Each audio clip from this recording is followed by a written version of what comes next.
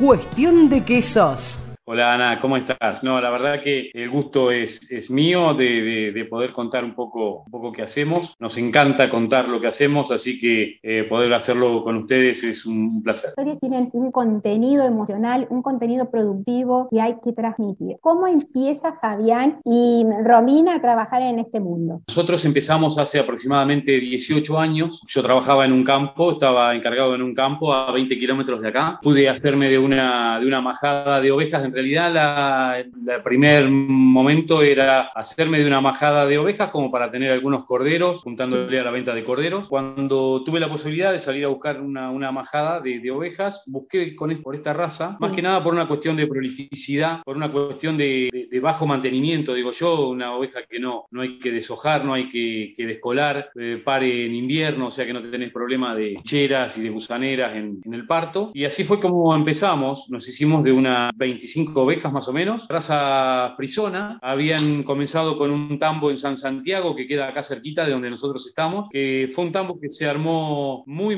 bien, un tambo muy grande, pero era, ya te digo, hace 20 años atrás, por ahí todavía no había mucha cultura quesera en cuanto a quesos especiales. Era queso de vaca y algún queso de cabra, entonces no duró mucho. En muy poco, un año y pico, se cerró nuevamente el tambo y había quedado una muy buena genética. Nos encontramos con que era una raza muy magra. Cuando salíamos a vender los corderos, era un poco pelear con los carniceros, los del frigorífico, porque les parecían que eran corderos flacos. No eran corderos flacos, eran corderos sin grasa, pero con muy buena calidad de carne. Tantas peleas, fui cambiándole el carnero, le metí un carnero Texel, entonces las hijas que iba dejando, que eran cruzas, un año de repente me parieron muy al verano, y yo no acostumbrado a atenderle los partos, porque en el lugar donde nosotros estamos hay mucho cerro, entonces la oveja vive cerro, uno las va a buscar nada más que para sacarle el cordero, la verdad que nada más que para eso. Me encontré con mucho cordero agusanado, mucho cordero guacho me quedó, y ahí fue donde se me despertó la inquietud de empezar a ordeñarlas, porque veía que las ovejas se habían cargado mucho de leche,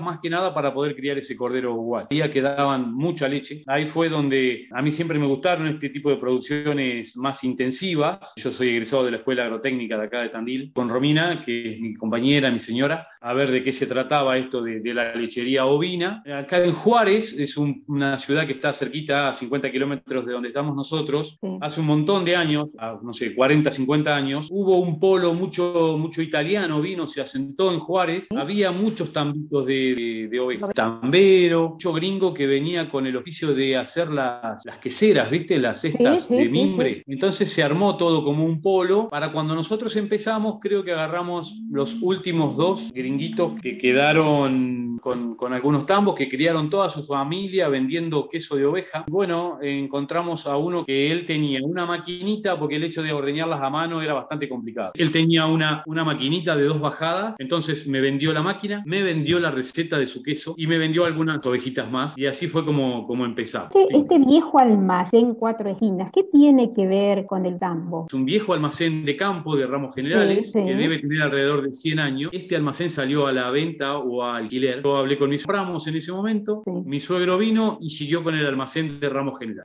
Así empezó la historia. Eso lo hicimos nosotros hace más o menos 24 años. Y acá trajimos el tambo que yo en ese momento lo estaba haciendo en el campo. Tuvimos la suerte de que el almacén se mantiene sobre una ruta provincial, una ruta muy transitada. Eso nos ayudó por un tiempo a que el camionero nos mantuviera vivos, si se puede decir de alguna manera. Tandil es un lugar turístico, empezando a darle una forma más moderna, comercial, nos volvemos para el lado turístico. No es tan fácil, hay que traerlos, ¿no? Si bien son 28 kilómetros de Tandil, un poco la combinación de un tambo de ovejas, una quesería de ovejas, un almacén de campo transformado en un restaurante de campo. Hoy por hoy ya se trabaja con una carta, viene un cocinero de Tandil. Todo eso, bueno, fue que le pudimos un poco amalgamar todo, y así hoy estamos funcionando en conjunto el almacén, la quesería y el tambo. Dijiste que habían rescatado alguna receta de aquel pionero. En ese momento nosotros empezamos haciendo el queso que Peralta a mí me vendió, un queso de pasta semidura. Se podría comparar con el manchego. Ese fue el queso que él me vendió a mí, esa receta, que en ese momento, hace 18 años, era un poco chocar con una elaboración de un queso un poco más exclusivo, que en Tandil lo podían vender solo los lugares de venta de regionales. Entonces, si yo iba a una venta de regionales, en en ese momento, todo lo que era inspección bromatológico estaba muy, muy encima de ellos. Sí. Entonces, si yo no iba con todas mis habilitaciones, Sí. no les podía vender.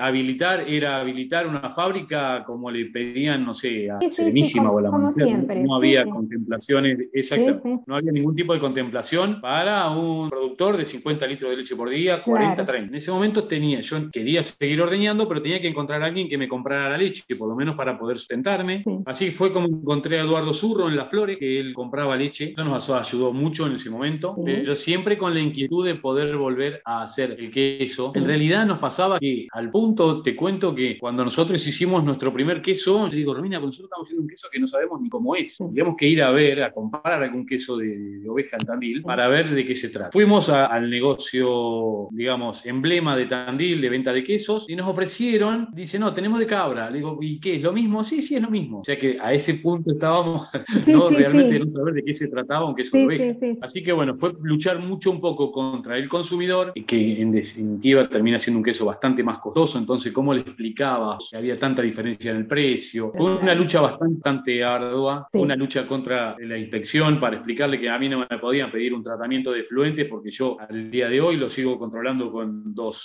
cerdos, le doy lombrices efluentes. Hoy ya hay un poco más de contemplaciones para ese tipo de cosas y Sí, hoy por sí, hoy sí, podemos sí. tener una sala habilitada, Sí. una sala chiquita, una sala de 20 metros cuadrados, que a Sí. nosotros nos alcanza, nosotros ordeñamos 100 litros de leche por día. Tipos de queso, seguimos haciendo ese queso de pasta semidura, que ese Sí. lo hicimos siempre. Después empezamos a hacer un queso de pasta dura, más inspirado en el pecorino, seguimos poniéndole en las etiquetas tipo pecorino, tipo manchego, como para que la gente por ahí se oriente un poco más. Después, a medida que la gente fue cambiando el consumo, ya nos empezaban a pedir quesos de pasta blanda. Siempre nosotros quisimos hacer quesos inspirados en quesos que existen, entonces no era salir a hacer un cuartirolo de oveja, Sí. entonces salimos buscando hacer un feta, un tipo inspirado en el feta griego también, Sí. que por suerte encontramos una señora que atiende y es armenia, y cuando se enteró que empezamos a hacer un feta de oveja, enseguida se contactó y eso nos está funcionando muy bien con la comunidad armenia, con algunos Sí. griegos, y nos han dado muy buenas devoluciones. Sí. Han sacado premio acá en Tandil en una cata de premio medalla de oro. Después nos empezaron a pedir el queso jalúme, no, en realidad nos pedían proboleta de Sí. oveja, ¿viste? Y bueno, buscando algo parecido nos encontramos con el queso halloumi. También tuvimos la suerte que la gastronomía lo empezó a usar bastante. Eso que también originalmente es con leche de oveja y de oveja y cabra, la mezcla de oveja y cabra también. Lo que hicimos también fue dulce de leche, Sí. nos tuvimos que diversificar, Sí. pero después nos terminó jugando un poco en contra. Tanta diversificación y tanta gente que empezaba a buscar el producto con tan pocos litros de leche, Claro, hoy se por hoy quedan sin termina siendo producto. un problema. Toda esta historia tan riquísima de conocimiento, de prueba y error. Hoy, ¿puedes decir si son capaces de innovar, de crear quesos con identidad regional? ¿O todavía tienen, para posicionar los quesos, tienen que poner tipo? Sí, no, eso justamente es el cambio que estamos tratando de lograr este año. Este año nos Ajá. encontramos con que no hay necesidad de hacer, de poner nombres ya usados y más